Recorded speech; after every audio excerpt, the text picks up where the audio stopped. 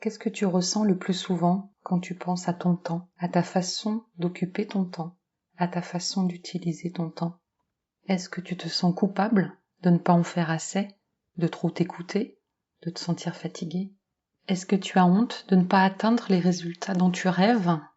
Tous ces ressentis, toutes ces émotions sont des freins, sont du poison au développement de ton plein potentiel et à l'atteinte de tes objectifs. Oui, c'est possible d'allier la structure à la créativité. Oui, c'est possible de créer ton propre tempo, à ton rythme, en respectant qui tu es profondément. C'est tout mon objectif avec le tempo féminin, et je vais te parler aujourd'hui plus en détail de l'art du tempo féminin. Bienvenue dans le podcast Tempo Féminin. Je suis Stéphanie Genevois, experte temps et organisation. Tempo Féminin se veut être une source d'inspiration et de conseils concrets pour les femmes entrepreneurs, rêveuses et passionnées qui aspirent à plus. Plus de succès professionnel, plus d'équilibre, plus de bien-être. Chaque épisode de Tempo Féminin offre des stratégies pratiques et des réflexions inspirantes pour aider les femmes à structurer leur entreprise, à gérer leur temps de manière efficace, à organiser leurs projets professionnels et à atteindre leurs objectifs sans sacrifier leur équilibre personnel. Que vous soyez au début de votre parcours entrepreneurial ou que vous cherchiez à optimiser vos pratiques, Tempo Féminin est là pour vous guider à créer votre tempo vers un succès qui reflète vos valeurs et vos aspirations uniques. Bienvenue dans ce nouvel épisode de podcast. Je suis ravie de te retrouver aujourd'hui. Avant d'aborder le sujet du jour, je veux te partager la formation offerte dans l'ère du temps. Donc c'est une formation que tu vas pouvoir suivre en autonomie et dans laquelle tu vas pouvoir explorer ta relation avec le temps pour commencer à tracer ton chemin vers la réussite de tes projets. C'est une formation qui est déjà enregistrée. Tu t'inscris gratuitement en cliquant sur le lien que tu trouveras dans la description du podcast pour accéder tout de suite aux 5 vidéos de formation. Donc l'idée c'est vraiment que tu partes en exploration, que tu ailles explorer justement ce territoire méconnu du temps, comprendre ses codes et réussir à t'y intégrer. C'est une expérience unique que je t'invite à vivre pour transformer ta relation avec le temps durablement. Donc tu retrouves le lien d'inscription en description. Tu peux aussi taper stephanigenevois.com/RAIRE dans ton navigateur pour arriver sur la page d'inscription. C'est plus de 127 minutes de contenu ciblé qui s'adresse à toutes les femmes qui travaillent, qu'elles soient entrepreneurs, salariés, cadres, pour réinventer ta relation avec le temps. Tempo féminin. Je n'ai pas choisi ce mot de tempo par hasard. En musique, le tempo, appelé aussi mouvement, est la vitesse d'exécution d'une œuvre. Plus exactement, la fréquence de la pulsation, ce battement régulier qui sert de référence pour construire les différentes valeurs rythmiques. Sur les partitions, on retrouve l'indication du tempo. Et en absence d'indication, le choix de la vitesse d'exécution est laissé au libre arbitre du musicien. Et c'est vraiment ce que nous sommes. Nous sommes les musiciennes de notre vie. Nous sommes les créatrices de notre propre partition. Cette énergie du tempo, c'est l'énergie du mouvement, c'est l'énergie masculine. C'est l'énergie de mise en mouvement de ce qui est écrit sur la partition. Et le tempo se distingue en musique du temps, T-E-M-P-S, qui est la mesure métrique, qui désigne l'écoulement temporel entre deux pulsations. Une même partition, des mêmes notes, les mêmes temps. On parle de valse à 3 temps, il y a d'autres musiques ou danses qui sont sur des temps différents. Et le tempo va venir moduler ça. Un tempo rapide va déterminer de jouer sa partition sur des temps plus courts, tandis qu'un tempo lent détermine des temps longs. Et on voit que le tempo, il échappe à ce qui a pu être écrit, posé sur la partition, en laissant la liberté à l'interprète du mouvement de sa vitesse d'exécution. Donc le tempo, c'est le mouvement. C'est le passage à l'action dans la matière de ce qui a été écrit, de ce qui a été défini. Son unité de mesure est le battement par minute. Et pour moi, transposer cette définition à la vie, c'est le battement du cœur. Ce battement du cœur relié à l'énergie féminine, à l'intuition, à l'impulsion, à la créativité. Et tout comme les femmes suivent des cycles, le passage à l'action, leur tempo, peut varier également.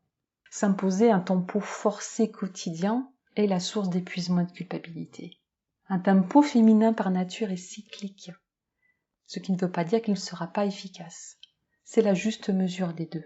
Avec le tempo féminin, je souhaite vraiment qu'on se réconcilie avec nos deux facettes, qu'on réconcilie ces deux énergies qu'on a toutes à l'intérieur de nous, l'énergie masculine, l'énergie féminine, pour trouver la juste mesure des deux. Il y a ces moments où tu seras très active, pleine d'énergie, tu surfes sur la vague de tes idées, tu es ouverte aux autres, à la collaboration. Là, tu es dans ton énergie masculine, et à d'autres, tu vas te refermer plus sur toi, sur ton intériorité. Tu vas maturer tes idées, tu t'alignes, tu te prépares à l'action, tu améliores tes processus. Ce temps-là est tellement important aussi pour la réussite de tes objectifs. Et ce qui est important en tant que femme, c'est de ne plus culpabiliser de ces variations. C'est de les comprendre pour mieux les vivre avec plus de zen et d'efficacité.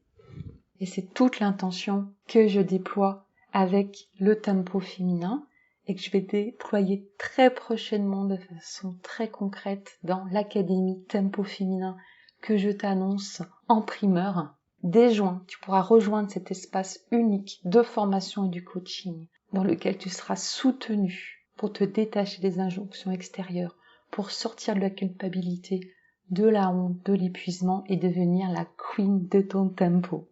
Les modèles de performance qu'on a autour de nous dans l'entrepreneuriat sont très souvent des modèles masculins, des modèles qui nous viennent de l'industrie avec des process cadrés, avec des procédures, des protocoles, dans cette énergie masculine d'efficacité et de productivité.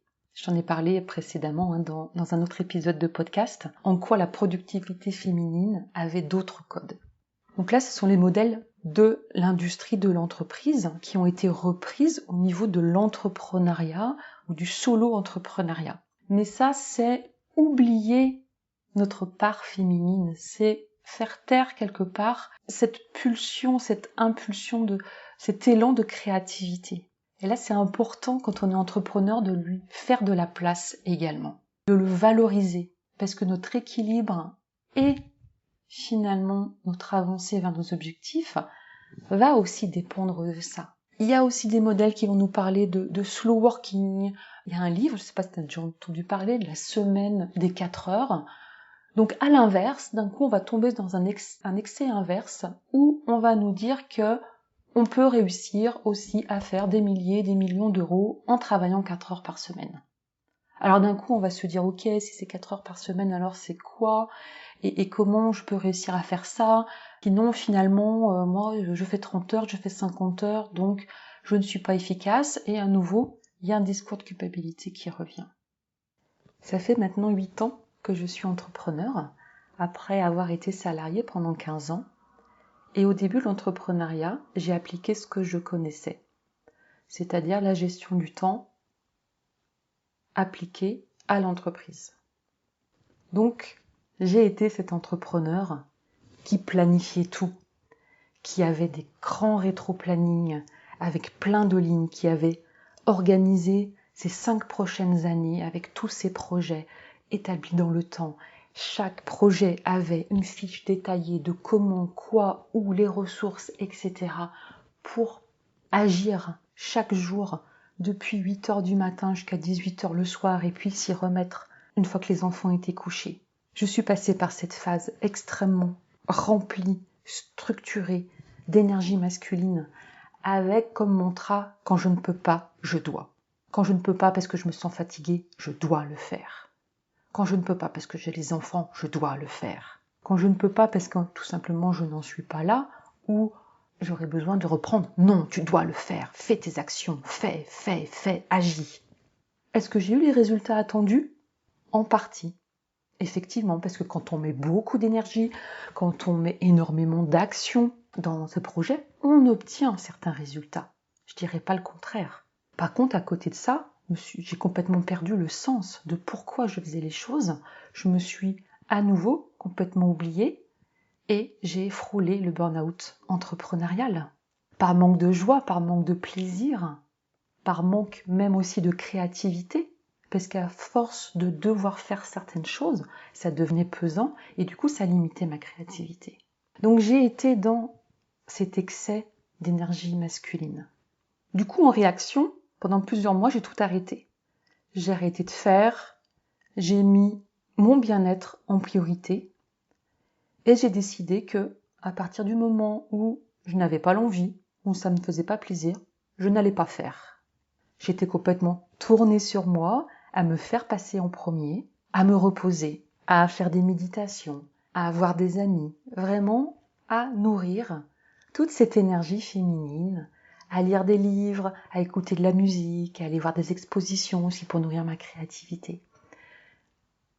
Tout ça, ça m'a fait un bien fou. Mais bien sûr, tu l'auras compris, en partant dans l'excès inverse, en étant tout dans l'énergie féminine, qu'est-ce qui s'est passé? Je n'ai pas eu les résultats attendus. Alors je ne te dis pas qu'il ne faut pas faire ce qui te fait plaisir. J'ai constaté que, effectivement, en attendant d'avoir envie, d'avoir la motivation de faire les choses, finalement je ne faisais pas grand-chose. Parce que la motivation, elle vient en faisant. Elle vient en faisant avec joie, avec plaisir, les choses qui font sens pour soi. Et donc la motivation et les résultats, après, si on veut rentrer dans une boucle vertueuse, c'est d'associer les deux. C'est d'être connecté à cette intériorité, à cette énergie féminine de créativité, de connexion, à ce battement du cœur et à le mettre en musique, à le mettre en mouvement à mon tempo. C'est remettre du choix, de la clarté, de l'intentionnalité à chacune des étapes pour avancer vers mes objectifs. Et c'est ce que je souhaite pour toi aujourd'hui. Dis-moi si ça résonne pour toi. C'est tellement important de sortir de la dualité. C'est pas tout blanc ou tout noir. C'est pas l'action opposée à l'intuition. C'est les deux associés qui vont donner les plus grands résultats. Et c'est toute mon intention avec Tempo Féminin. Que ce soit au travers de ce podcast, au travers de mes accompagnements en groupe, en one-to-one, et au travers de la toute nouvelle Académie Tempo Féminin qui s'en vient. J'ai très hâte de t'en dire plus. Si tu es intéressé, tu peux déjà m'envoyer un message privé. Il y aura vraiment des surprises pour les early birds, celles qui sont prêtes à rejoindre le mouvement et à créer leur propre mouvement. Ce dont il faut prendre conscience aujourd'hui, dans l'entrepreneuriat féminin et puis même dans le web entrepreneuriat, c'est que c'est un tout nouveau monde dans lequel finalement tout est à construire. Et donc, au lieu de s'enfermer dans ces façons de faire, autorisons-nous, osons créer nos propres tempos. Et puis le tempo que tu vas créer, ça ne sera pas le même que le mien. Moi, je suis là pour t'ouvrir les possibilités, pour t'aider à prendre du recul, pour te transmettre aussi des outils, des stratégies qui fonctionnent, mais surtout t'amener à voir, toi, qu'est-ce que tu vas garder, qu'est-ce que tu vas ajuster, comment tu vas mettre ça en mouvement. Donc oui, à la base d'une partition, il y a des codes. Il y a des codes avec des notes, il y a des blanches, il y a des rondes, il y a des noires, il y a des croches. Tout ça, ce sont des codes qu'on apprend pour rédiger une partition. Donc ça, c'est ce qu'on apprend dans les formations, c'est ce que je vais t'apprendre dans l'Académie Tempo Féminin. Et ensuite, il y a la mise en mouvement. Il y a ce tempo, et là, qui dépend complètement de celui qui interprète la partition. Et c'est là où tu vas pouvoir déployer toute ta créativité.